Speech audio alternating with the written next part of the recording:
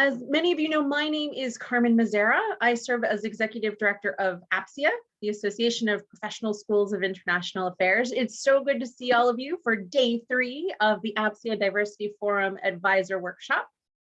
We are delighted to see all of you and talk today, both in this session and in our session later today, about graduate school, the role that graduate school can play in your student success and long-term planning.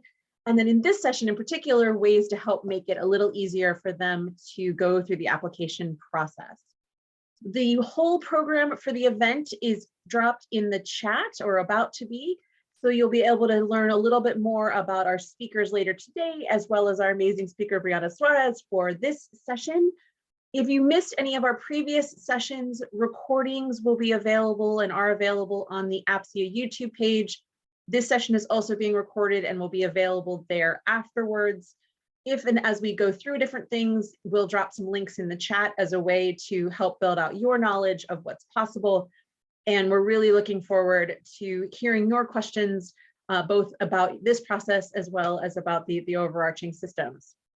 This is part of a presentation that we do on a fairly regular basis. So if at any point you would like us to come do this presentation for your students, that's a very easy request. It's totally free. And we'll put the link to request one of these presentations in the chat as well. So if you like what you hear or don't like what you hear, let us know and we're happy to come talk to your students. I want to say 2 quick words of thanks before we jump in. First, of course, to the amazing APSIA team, Brittany Chor and Briana Suarez, as well as Melina Perez, all of their very hard work to make these events possible. I also want to thank all of the investors in the Diversity Forum, in particular, Johns Hopkins SAIS, the Open Society Foundations, Princeton University School of Public and International Affairs, Robertson Foundation for Government, Texas A&M's Bush School, the USC Annenberg Master of Public Diplomacy Program, and the University of Washington Jackson School. So we're so grateful to them and all of the folks who make these workshops possible. And with that, I am pleased to turn the floor over to my amazing colleague, Briana. Thank you, Carmen, for that introduction. And thank you all once again for joining us today. As Carmen mentioned, my name is Briana Suarez, and I'm the International Admissions and Operations Manager here at APSIA. And today our presentation is going to focus on the best practices in applying to graduate school. So again, if you're interested in this presentation being shown to your students, please feel free to let us know. So I'm going to share the presentation now, and feel free to put any questions in the chat box as well as we go through. So the first question that we often get is, why should a student be considering graduate school? And that question has to be answered by the student themselves. But there are many reasons why a student ends up choosing to pursue a graduate degree. Some choose to go for the changes in salary. So there are certain positions that come with some stipulations, right, that you need a master's degree to get a higher salary. Some choose to go to graduate school because they want to master a subject, as the title is. Some choose to go for career advancement, professional focus. And there are, again, many reasons why a student will pursue graduate school, but it has to be a question that they answer themselves and will be something that admissions teams are looking for in an application. But when a student does choose to pursue graduate school, we really encourage them to start the process at least a year out from the application deadline. And that is because, and I'm sure many of you know, there's a lot of programs out there, and unlike in the undergraduate process, there is no common application. So that is to say that students are applying to schools directly, and each school has a different application process. Not entirely different, but there will be different things that students need to provide to each school. At the 12-month mark, this is where we say that they should be starting to determining what programs they wish to pursue and casting a wide net.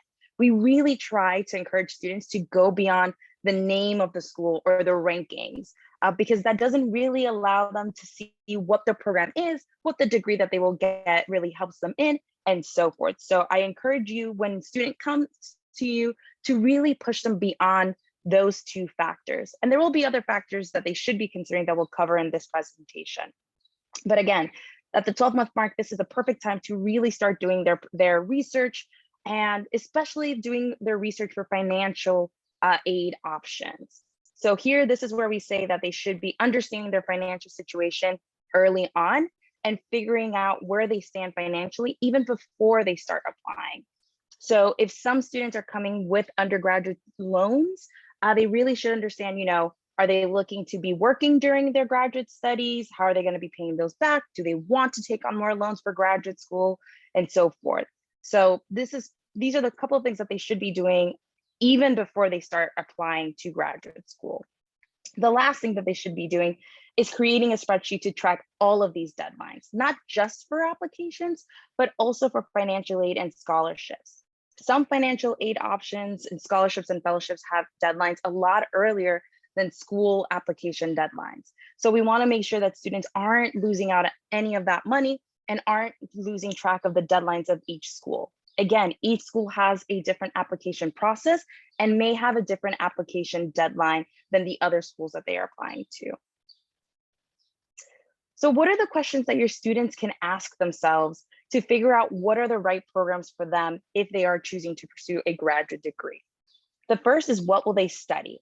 So this is talking about the academic structure of the program, right? Some schools have a more rigid program, that is to say they take courses in X, Y, and Z and get this one degree, while other programs are a little bit more flexible and allow for students to combine different concentrations and ultimately create their own degree. Are students looking for a part-time program because they're looking to work full-time?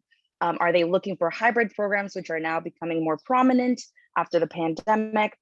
Are students looking for solely in-person programs? Again, there's a lot of academic structures out there, and they need to figure out what is the best way of learning for themselves. The second question that they need to think about is, are they qualified? And this is talking about the admissions criteria of the program. So each school publishes their average numbers of admitted students for that year, So students should be using this as a guidepost to figure out whether they are qualified for this school. That is not to say, right, that if they don't get that GRE score that they won't get in, but vice versa, that if they hit all of those numbers that they're automatically in. These are ultimately just indicators of what the average student looked like for that year. And it helps students gauge what are the things that they need to work on even before they apply, right? So if they see that the average student at the school had a 3.6 GPA, then that's something that they can start working on, especially if they're still in their undergraduate process. The third question is, do they like being there? So this is talking about the living environment. Most students will most likely spend at least 2 years of their life studying at that location. So we want to make sure that they actually enjoy being in that area. For example, I am a city girl and I was raised in New York City. So I knew that a school, right, somewhere out in suburbia or elsewhere that wasn't a city wasn't going to be the right option for me. I was going to look for a school that was specifically in a city. So you want to encourage your students to do that research, figure out what the area looks like, right? Even how they would get to class, what transportation looks like. If students aren't able to take an in-campus tour, most schools have virtual tours now that students can take to see what the area looks like. The fourth question is, can they afford it? And this is talking about the financial situation. This is a point that we will be coming back to throughout this presentation. Again, helping your students understand that that number that schools put up front is not encompassing everything that they're going to need to pay for, right? So it's probably not covering books and supplies. It's not covering living expenses, if they have to move, moving expenses, and so forth. So we want to get students to really figure out where they stand financially even before they start applying, so that they can start looking for financial aid options, fellowships, and scholarships to help offset the cost of graduate school as best as possible. And then the last question is the what comes next portion, the professional fit of it all. This is another thing that we really want students to understand even before they apply to graduate school. How does this degree fit into their professional career moving forward?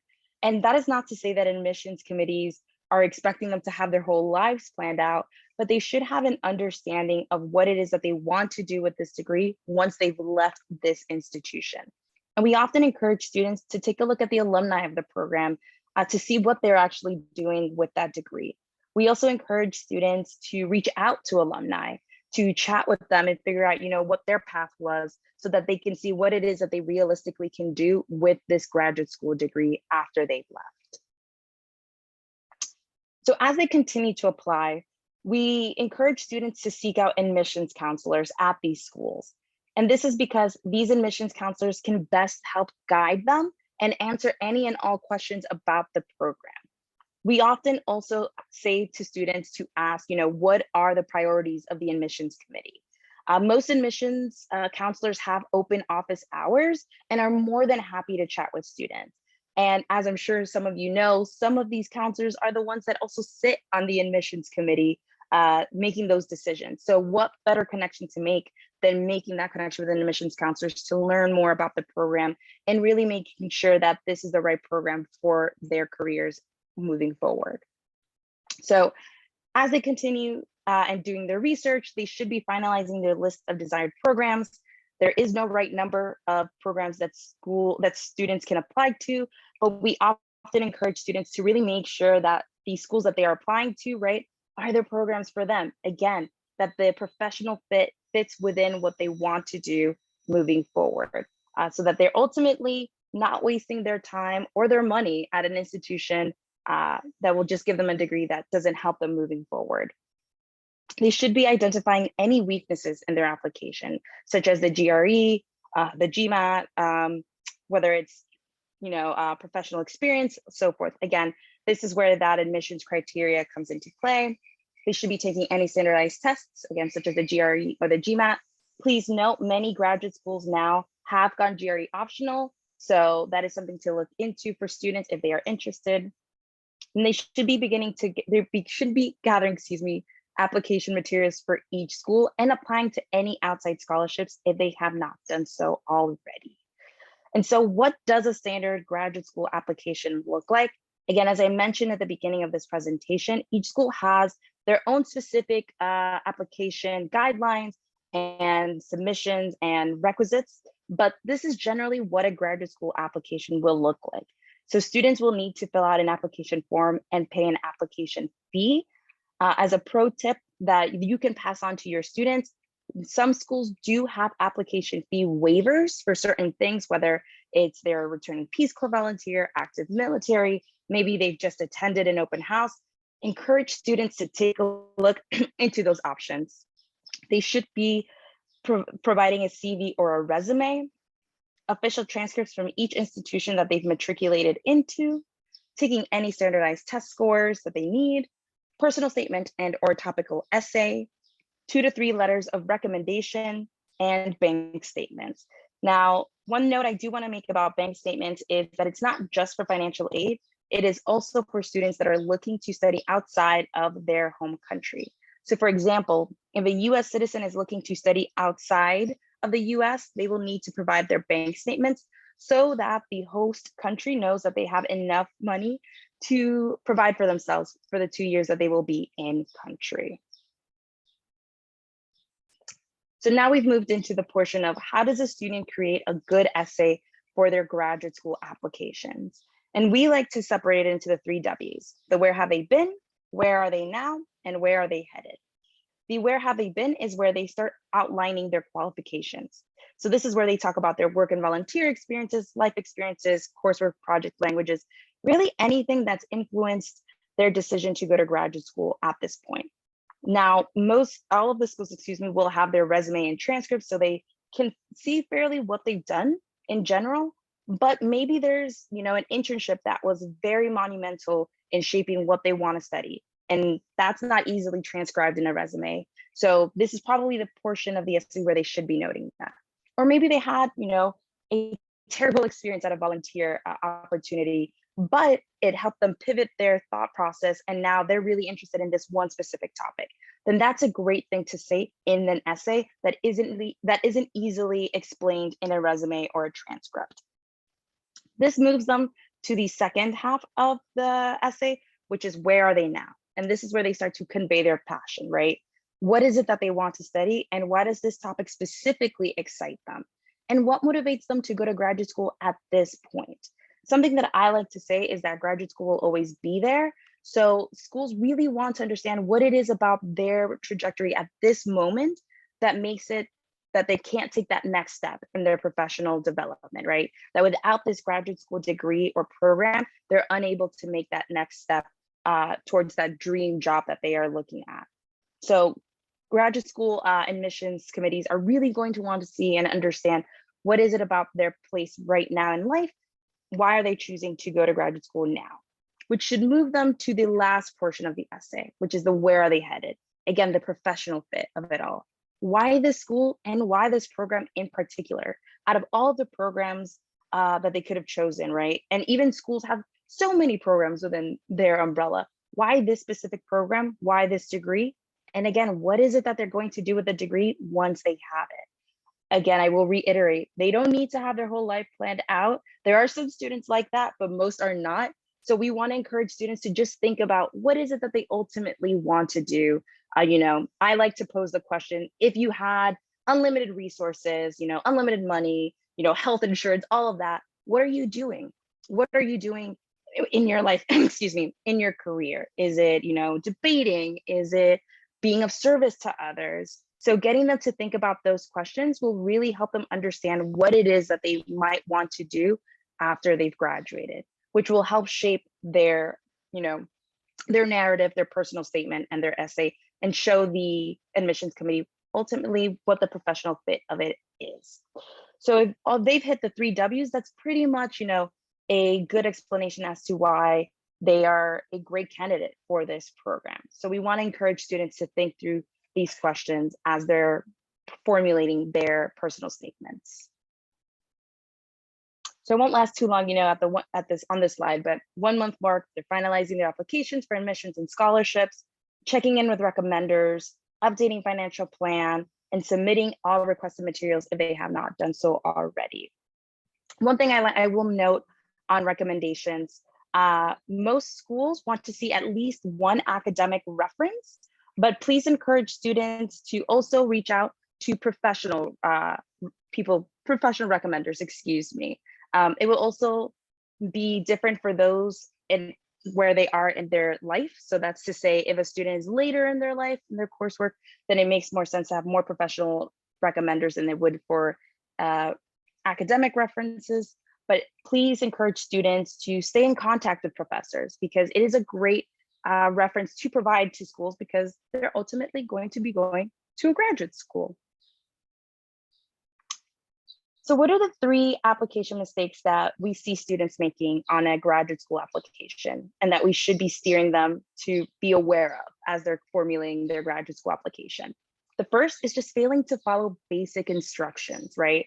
So we want to make sure students are providing everything that they've been asked for each school, right? Maybe one school is asking for 2 recommendations while another is asking for 3. We want to make sure that students are providing all recommendations, all materials to each school, and following the directions on how to submit the application correctly. We want to make sure that by the time, they've submitted their application, that they're not counting themselves out just because they managed to forget to provide, let's say, their transcript. A big thing to fail to provide, but it has happened. The second is just making foolish mistakes. And this will really come down to their essays and statements. We want to encourage students to reread their statements and have a second party to review them as well. If you have students coming to you, right, to asking where they can get help to edit their papers, we like to suggest going to their writing centers so that they can have someone to professionally read their essays, making sure that they're not making any grammar mistakes, and also making sure that they're providing the correct essay to the correct school. They may be applying to schools that have similar names. So for example, they're interested in going to the George Washington University. We want to make sure that they're not providing the essay to why they should be going to Georgetown University or Georgia Tech University. So we want to make sure to encourage students to really hone in on their essays and making sure that other people are reading it as well, so that they are not missing any of these mistakes. And the last one, excuse me, and this one may be one that's a little bit more difficult to catch, but this is just not conducting an honest self-assessment of their skills, experiences, and interests. So we want to make sure that they're discerning what it is that they want to master and why, and disclosing any issue straightforwardly. So maybe a student had to take a gap year for whatever reason, right? Or maybe they didn't do so well on this one prerequisite that was asked for by a school. They should be disclosing that issue to the school And if they don't know how to do so in a professional manner, please encourage them to reach out to an admissions counselor at that school that they're interested in applying to, because they've most likely encountered this issue before, right? We want to make sure that students aren't over apologizing for whatever issue or gap there may be in their application, or oversharing as well, but instead showing why and how they've grown from this perceived issue or gap. So, for example, maybe they didn't do so well in that prerequisite. Maybe they did poorly in Econ 101, but hey, they're learning these certain skills in this new position that they have, whether it's in volunteering, or maybe they are taking an extra course to make sure that they still have those skills. Again, making sure that they're showing how they've grown from this perceived issue or gap, and how it's actually made them a stronger applicant down the line. So I won't last too long on this slide either, but after the deadline, please encourage students to continue to learn about programs, to thank the recommenders, that they should be updating their financial plan because things may have changed from the 1-year mark when they started to do their research. And again, that they continue to stay engaged throughout the process, because some schools may have new updates to their programs, right? Maybe they are now including a new prerequisite that they have to complete. Maybe they're merging programs. We want to make sure that students are still engaged. So by the time that they need to make the decision on what program is the right program for them, they can make that decision as well informed as they can be. So what is it ultimately that graduate schools are looking for in applicants? The first two are fairly straightforward. It's an aptitude for study and a chance of success in their program. That's why they ask to see their transcripts, right? Because they're ultimately going to a school. So they want to see how students have done academically. But on top of that, they also want to see experiences and perspectives, that will help others succeed. So it's not just academically how they've done, because we understand that some students haven't done, superb academically in the past, but this is where their professional experience kicks in, right? And what they've done to supplement their academics, right? Maybe they are volunteering at this one organization and they've become really invested in this.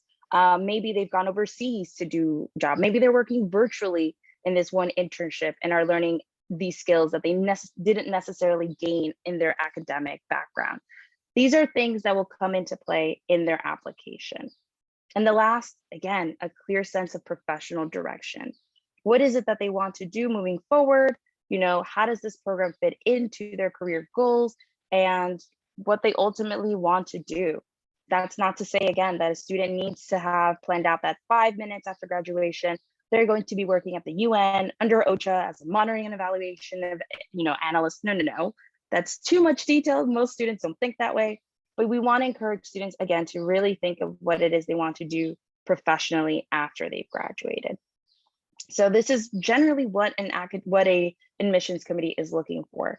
We always like to say that they are assessing their application holistically and looking to build a rounded out class, right? So, they're not looking for students to have the same background. If they're interested in international affairs, they don't need to necessarily have had a degree in international affairs in their undergraduate degree, because things change. Maybe they've taken that new internship. Maybe they've taken that new job that's pivoted their thought process.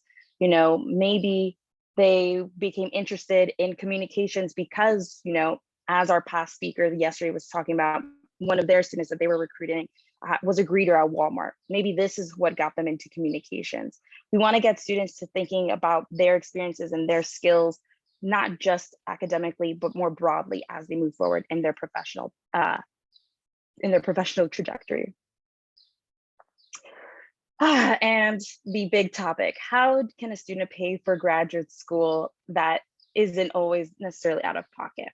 I'm not going to sugarcoat it. Graduate school is expensive, but with that being said, there are many ways that students can pay for it that aren't necessarily out of pocket. This is why we say that they should be doing their research as early as possible. And I would even say this is probably one of the first things they should be thinking about if they're thinking about graduate school, even before they're thinking about what program is the right program for them.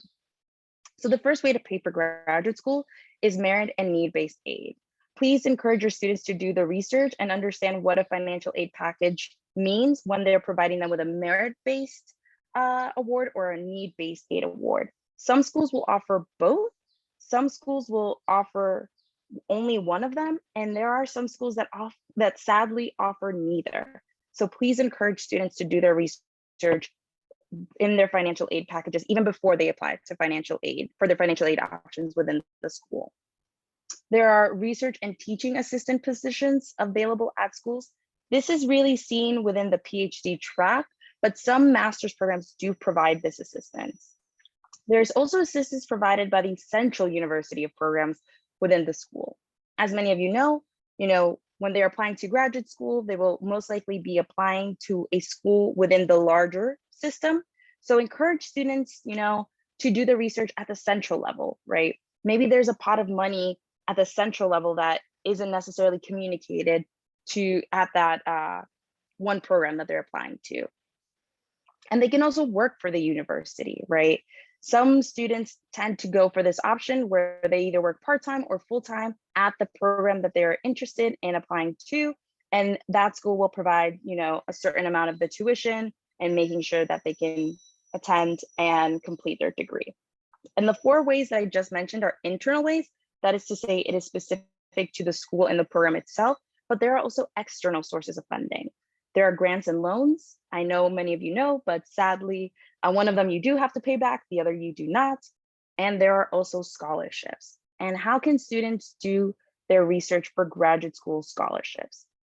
I want to make a note that this is like 0.000.1 of the amount of scholarships and fellowships out there, but there are many ways that a student can do their research. They can do their research based on the career track. If they know what they want to do already, they can do their research based on that career track. So for example, if they're interested in a career within the State Department or the U.S. Agency for International Development, they can apply to a Pickering, Rangel, and Kane Fellowship.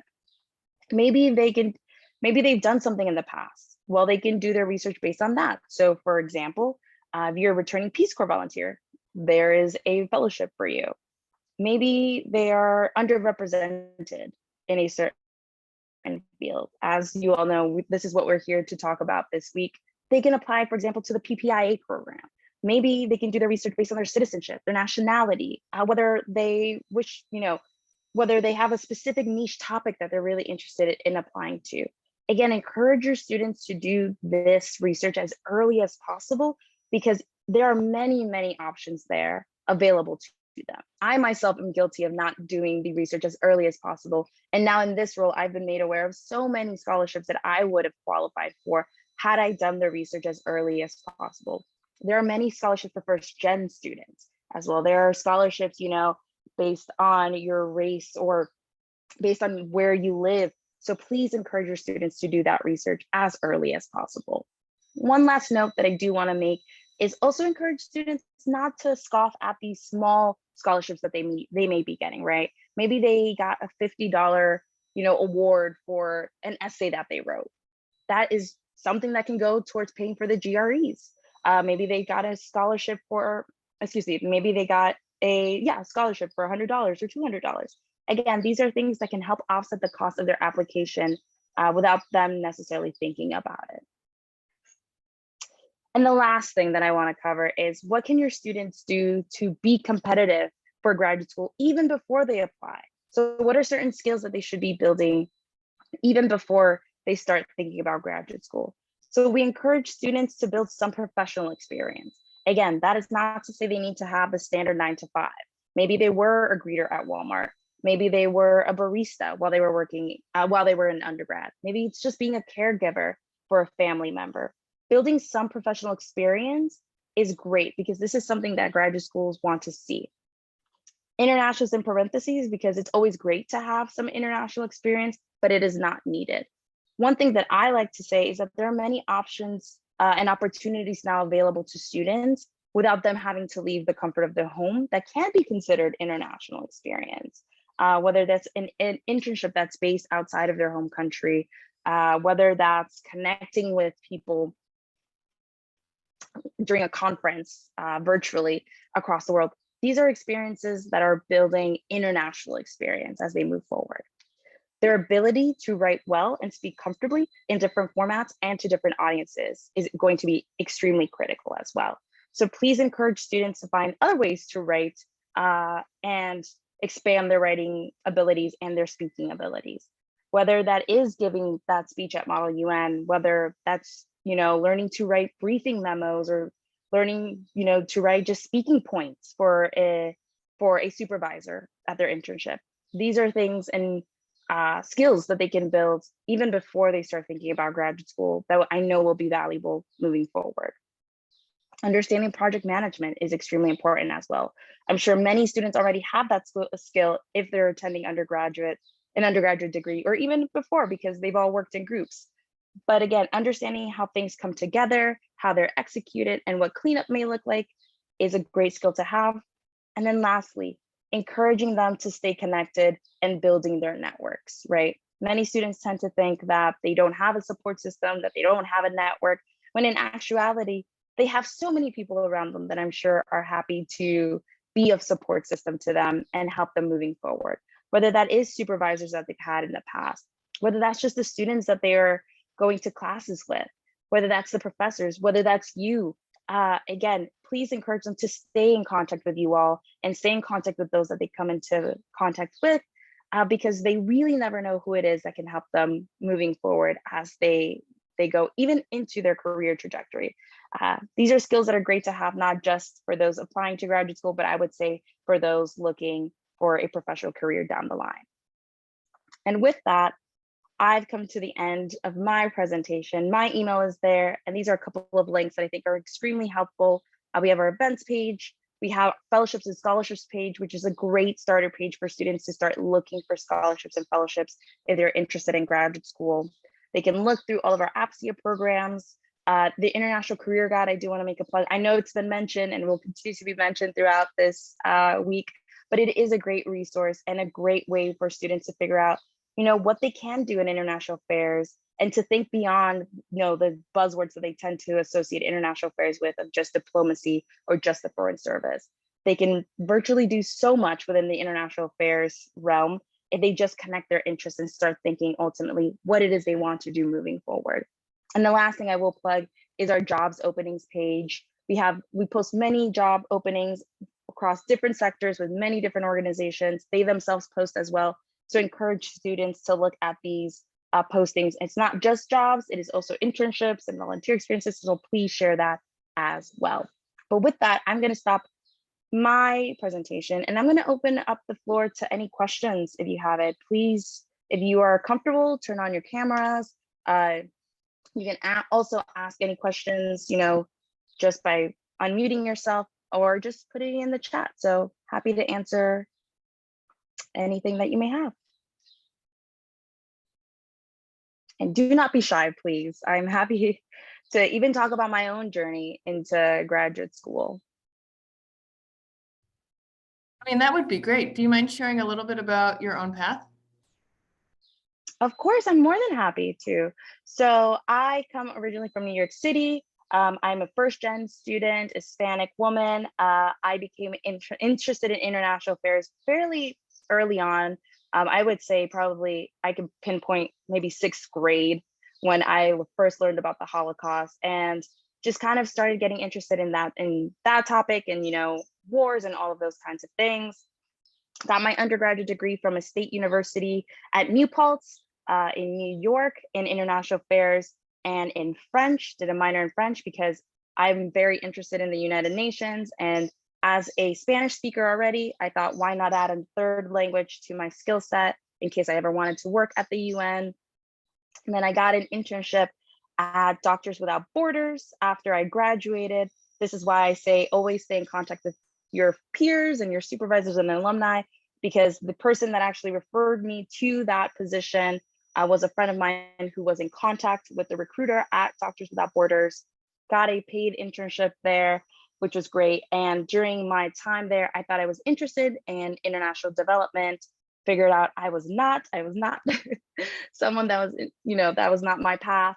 But during that time, it was during the time that the US had bombed a couple of the hospitals in Kunduz in 2016.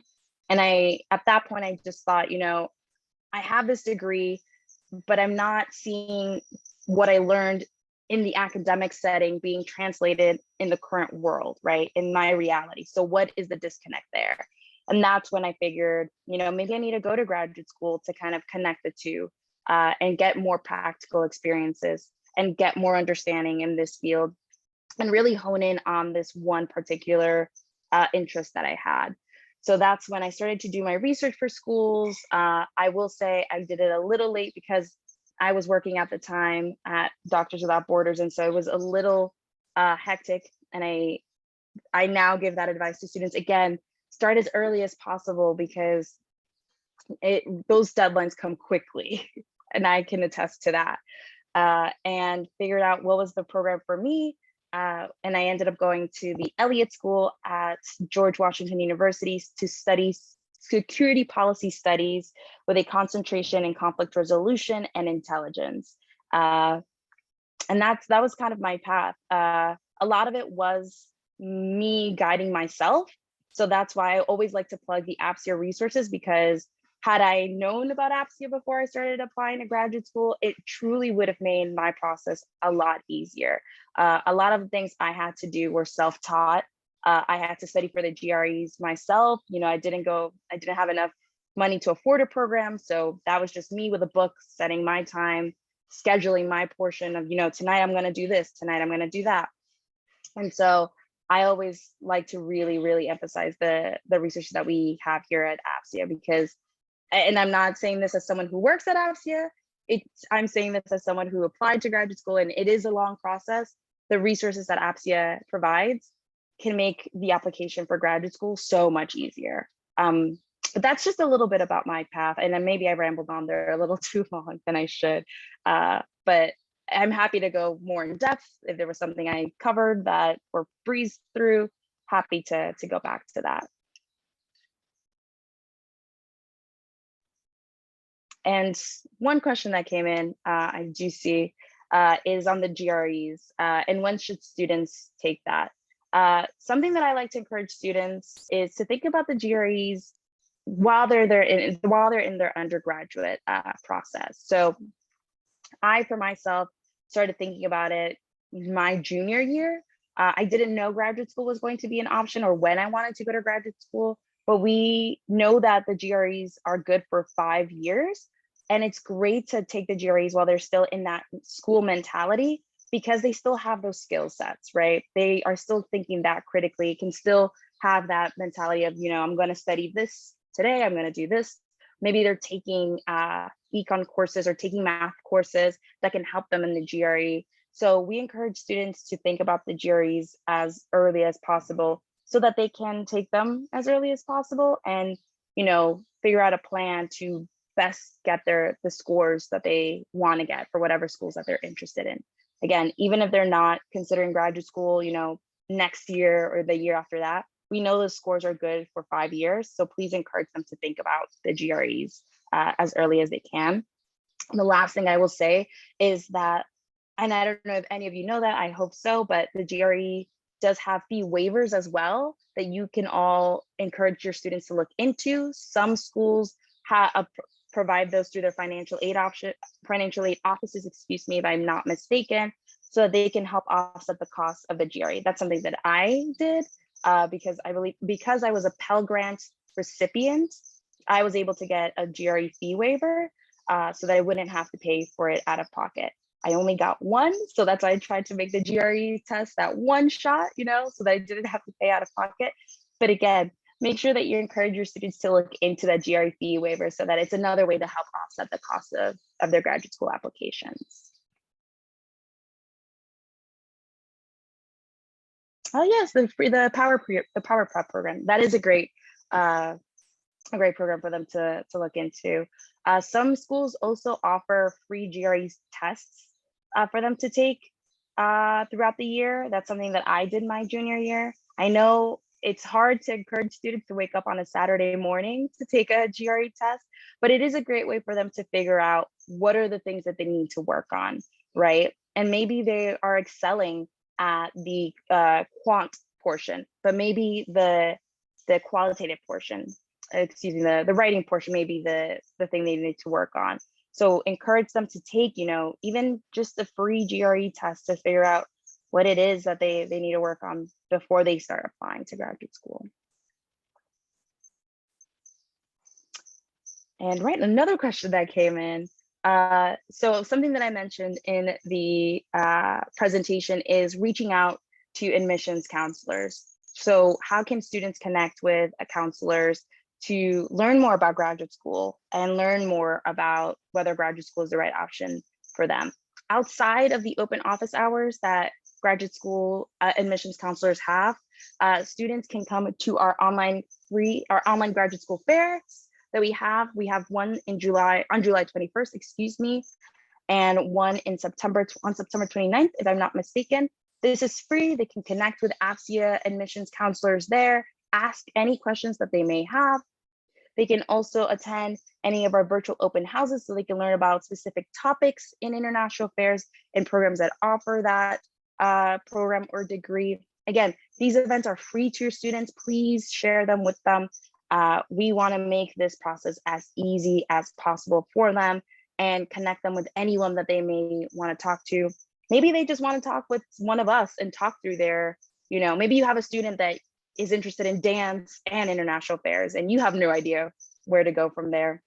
Send them our way. We are happy to connect with students and just chat through, what their career goals are, what they want to do, how they can connect these interests. We have open available dates throughout the year.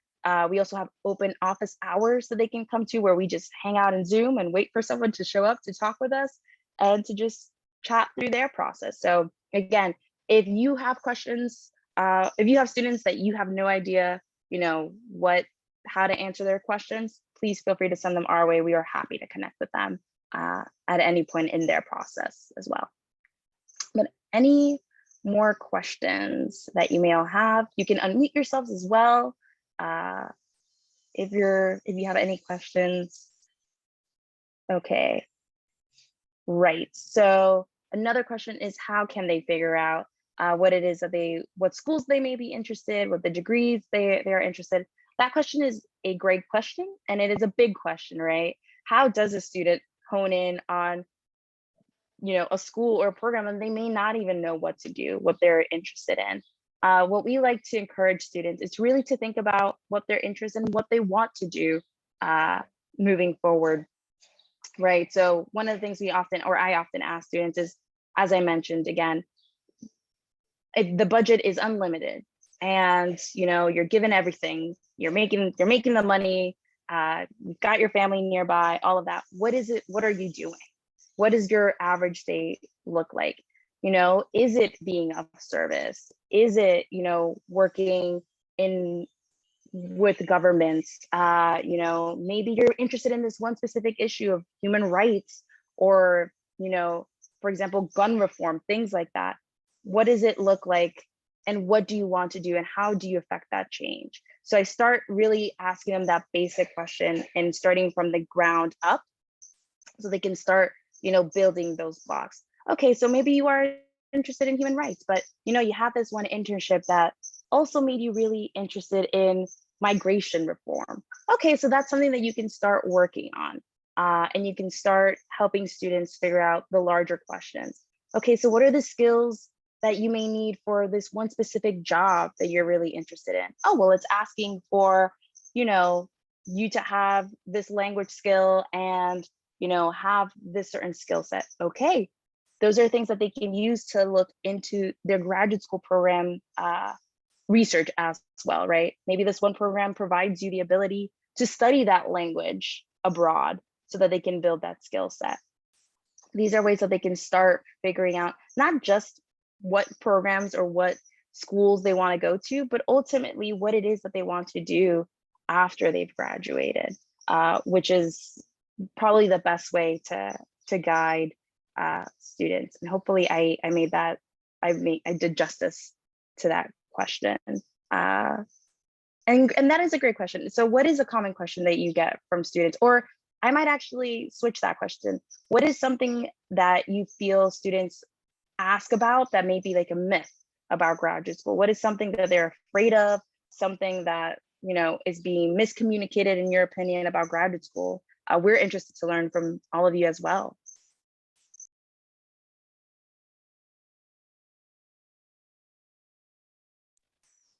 Don't be shy. I won't bite, I promise. I guess one of the myths I hear a lot from students is they just aren't aware of different fellowships like you talked about that are offered through the school, that they could be a TA, they could be a research assistant, that there are a variety of options. They often assume that once they've applied to the school that they'll be automatically considered for these. And some schools, yes, but other schools, no. And that is true. That is a great point. It's something that, again, that's why we often tell students, right? Do the research, make sure that you understand what the deadlines are, because some schools will have a financial aid deadline to be considered for a specific pot of money. Some have priority deadlines, and some will just automatically consider you for all funding. So it's something that we often need to encourage students to do. But something that I also want to say is, again, there's so many opportunities and fellowships out there. And I wish I could just shout it from the rooftop, telling them, you know, there is a fellowship out there for literally everything and anything at this point. Even if it's a small pot of money, there is funding for students to go to graduate school. It comes down to just cutting through the noise. And that's where I can, again, point, please share our resource of the fellowships and scholarships page, because it is a great page for them to start looking through fellowships and scholarships that we know our APSIA school have accepted in the past. We need to encourage students to think about fellowships, you know, of things that they have as well. Again, I knew I was a first gen student, but I didn't think of fellowships that were available because I was a first gen, right? I just thought, you know, graduate school fellowships because a general search. I didn't think of fellowships and scholarships in those terms. So also getting students to think about fellowships and scholarships that may be available because of the assets or the skill sets or the experiences that they've had is a great way to get them to look for more money that's made available to them. And the last thing I will say on that is we should also encourage students to chat with admissions counselors, because they are also very aware of what other scholarships they may be qualified for. But that was a great point. Thank you for sharing that, Laura. That's something that we often encounter as well. Any other, you know, big things that students are scared of about graduate school that we can help dispel, or just general questions that you get asked about it?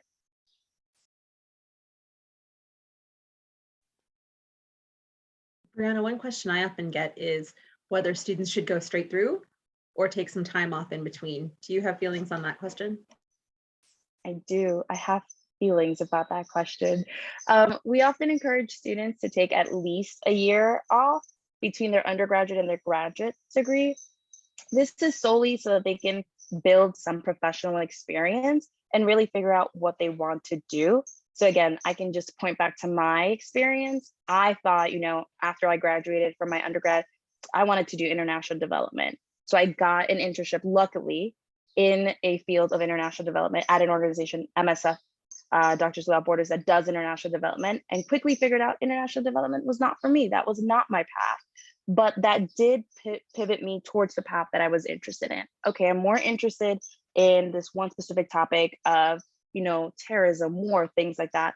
So that was a great learning curve and a great way for me to pivot and not having to go to graduate school, apply to a program that I ultimately would have figured out was not the right path for me. I will say there are students that go straight from undergrad to graduate school because they have their path figured out. About 25% of current APSIA graduate students are straight from undergrad. So we shouldn't also discourage students that, you know, have that in their mind that, you know, right after undergrad, I just want to go through, I want to finish my studies. That is great. That is a path for them. But we do try to encourage students to take at least a year off.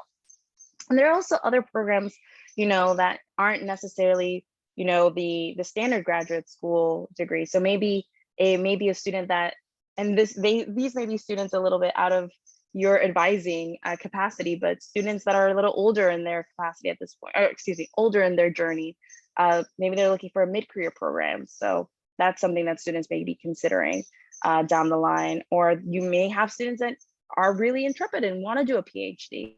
That's a possibility. And I rambled there a little bit, but the point of the question, the answer to the question is yes. We try to encourage students to take at least a year in between their studies, just so that they can get some professional experience, because we know that our graduate schools are going to be looking for some professional experience. And it also helps them just figure it out what they actually want to do versus what they think they want to do moving forward. Life changes often and their interests will change as well. So that's why we have that recommendation. Thank you, Carmen. So any other questions? Again, anything you hear your students talking about, any questions that you all may have on how to advise students on graduate school, please take this opportunity to ask away. More than happy to cover anything and everything.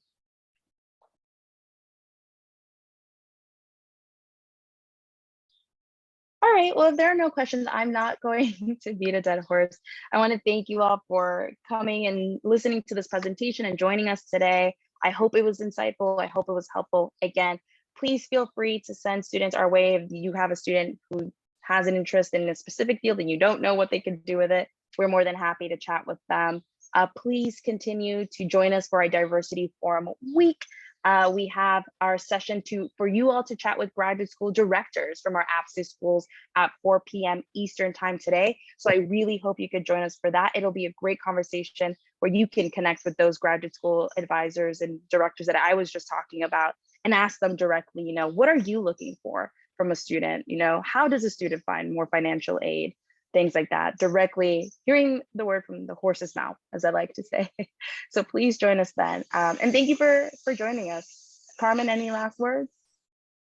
Just thanks to you, Briana, for the great presentation and all the good advice based both on your personal experience as well. And for folks who are still with us, if you can please give us your quick opinion with our quick poll, that would be wonderful to let us know how we did. And as Briana said, the session at 4 o'clock is going to be a really great chance for you to build those relationships for your students, for your school. So we look forward to seeing you then. Yes, please do let us know how we did. I see one